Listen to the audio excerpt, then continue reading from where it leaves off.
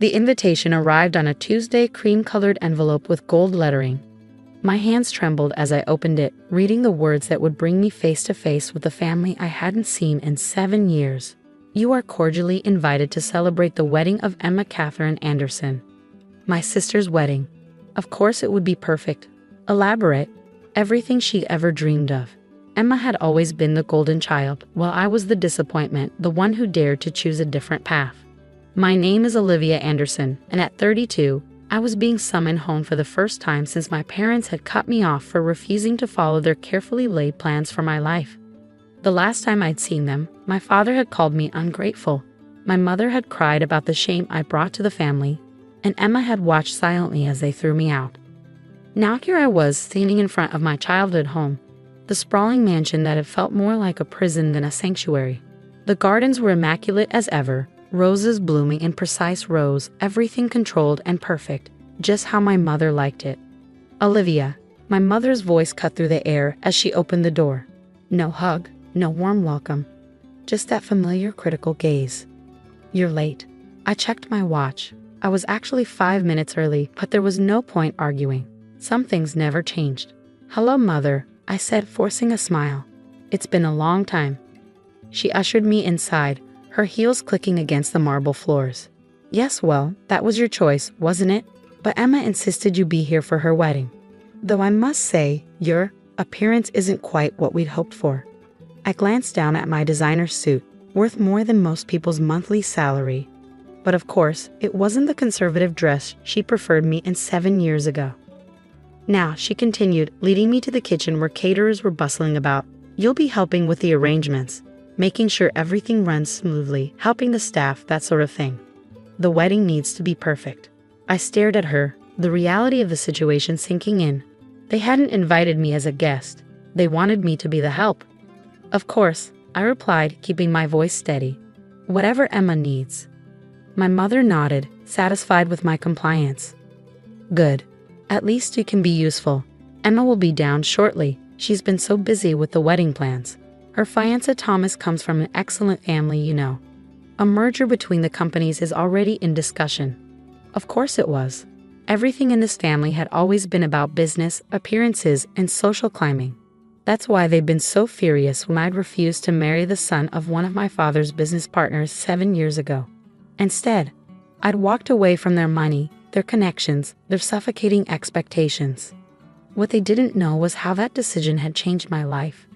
They had no idea that the small tech startup I'd joined back then had grown into one of the most successful companies in the country.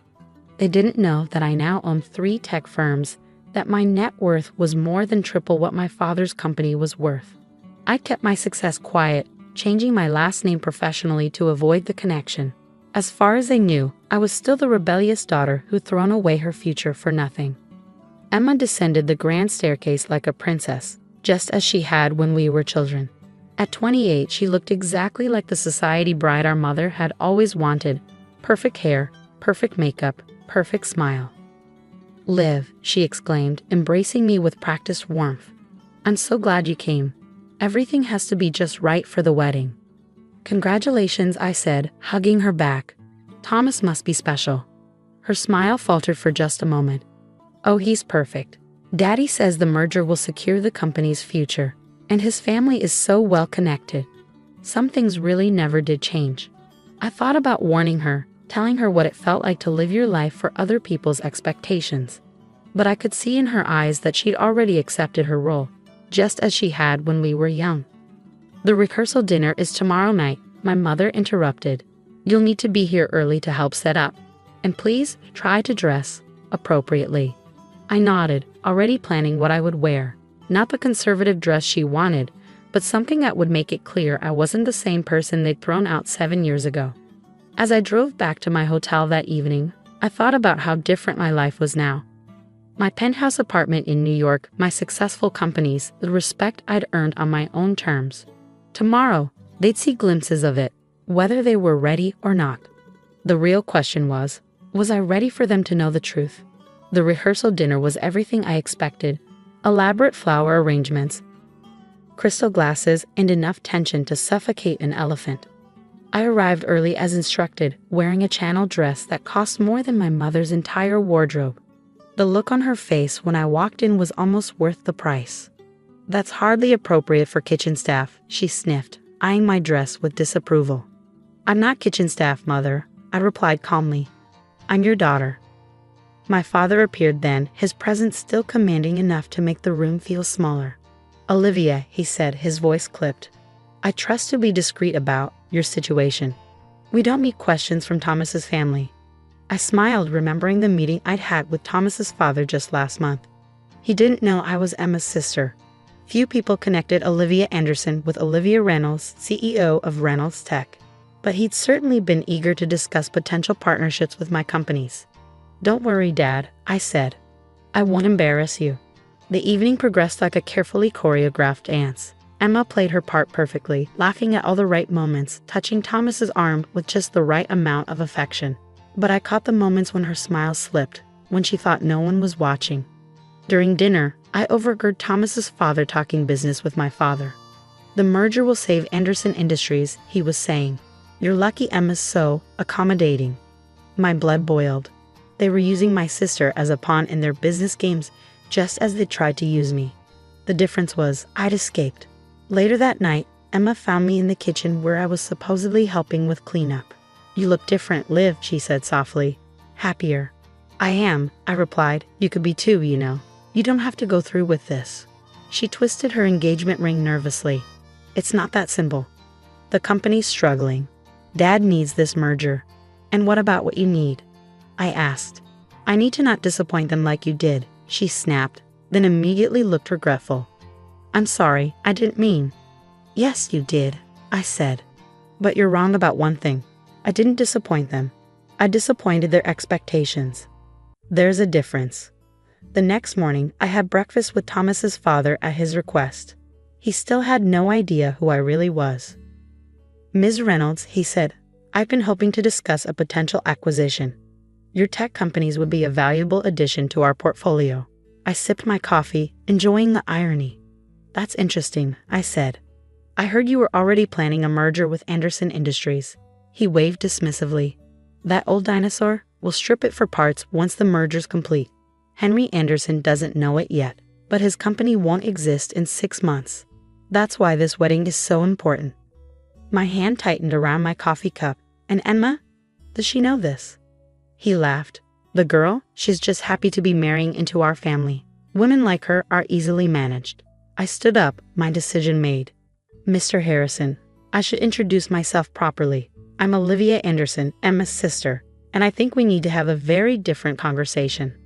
The color drained from his face as recognition dawned. I pulled out my phone and played the recording of our conversation. "Now," I said, "let's talk about what's really going to happen." By that afternoon, news of the canceled merger was spreading through both families like wildfire. Emma found me in the garden, her face a mix of confusion and relief. "What did you do?" she asked. I handed her the recording. "I showed you who Thomas's family really is," I said. "The rest is up to you." She listened, her hands shaking. When it was finished, she took off her engagement ring and placed it on the garden table. "They're going to be furious," she whispered. "Probably," I agreed. "But you know what? Sometimes fury is better than a lifetime of regret." That evening, as chaos erupted in both households, I sat in my hotel room and made a phone call that would change everything. My father's company might be struggling, but it wasn't beyond saving, not if it had the right partner. It was time to show my family exactly who I'd become. The morning of Emma's would-be wedding dawned bright and clear. Instead of wedding preparations, both families were in crisis mode. I walked into my father's study, where he sat with his head in his hands, looking older than I'd ever seen him. "The company's ruined," he muttered without looking up. "Everything I built." "Not necessarily," I said, placing a folder on his desk. "I have a proposal." He opened it, his eyes widening as he read. "Reynolds Tech wants to partner with us." "But how? Why would Olivia Reynolds?" "Because I am Olivia Reynolds," I said quietly. "I changed my name when I started my company. I didn't want any connections to the family fortune. I needed to prove I could do it on my own." He stared at me, really seeing me for the first time in years. You're the CEO of Reynolds Tech?" I nodded. 3 companies actually, and an offering to save Anderson Industries, not through a merger, but a genuine partnership. We'll modernize your infrastructure, integrate new technologies, and create something stronger together. Why? He asked, his voice barely a whisper. After everything. Because you're my family, I said. And because I want to prove that success doesn't have to come at the cost of someone else's happiness. Emma found me later in the garden, where workers were dismantling the wedding decorations. Is it true? She asked. About your companies? Yes, I said. And you know what? I built them by following my own path, not someone else's expectations. She sat beside me, tears in her eyes. I've been so afraid of disappointing them that I almost ruined my life. I took her hand. It's not too late to find your own way. My mother was the last to come around. She found me in the kitchen, where I was supposed to have been helping with the wedding, and stood awkwardly in the doorway. Why didn't you tell us? She asked. Would you have believed me? I countered. Or would you have seen it as another way I was defying your plans? She flinched. I was wrong, Olivia. About so many things. The partnership between Reynolds Tech and Anderson Industries was announced the following week. The business world was shocked to discover that Olivia Reynolds and Olivia Anderson were the same person, but the story only added to my reputation. Emma decided to take some time to figure out what she really wanted. She moved to New York, started therapy, and eventually discovered her own passion for environmental law. Our parents struggled with the changes at first, but seeing both their daughters successful and genuinely happy began to shift their perspective. A year later, we all gathered for another family event, the opening of the Anderson Reynolds Innovation Center. As I cut the ribbon, I caught my father's eye. He nodded, just slightly, but in that nod was everything we'd never been able to say. I'm proud of you, he told me later, not because of your success, but because you had the courage to be yourself. My mother, standing nearby, added softly, we should have seen it sooner. That evening, I stood in my old bedroom, now a guest room, looking out at the garden where I'd spent so many hours dreaming of escape. Emma joined me, looking relaxed and confident in a way she never had before. You know what's funny, she said. They thought making you help with my wedding was a punishment, but it gave you exactly the opportunity you needed to save us all. I smiled. Sometimes the best revenge is simply becoming the person you were meant to be. Now, at family dinners, there are no more discussions of arranged marriages or business mergers. Instead, we talk about dreams and possibilities, about building things that matter. My parents are learning, slowly but surely, that true success isn't measured by social status or bank accounts, but by the courage to live authentically. And me, I'm exactly where I'm supposed to be, successful on my own terms, helping others find their path, and finally, truly part of a family that sees me for who I am. Sometimes I think about that wedding invitation, about how they tried to diminish me by making me the help. They had no idea they were giving me the perfect stage to show them exactly who I'd become. But more importantly, they had no idea that their attempt to humble me would lead to healing wounds that have festered for years. Sometimes the best endings come from the most unexpected beginnings.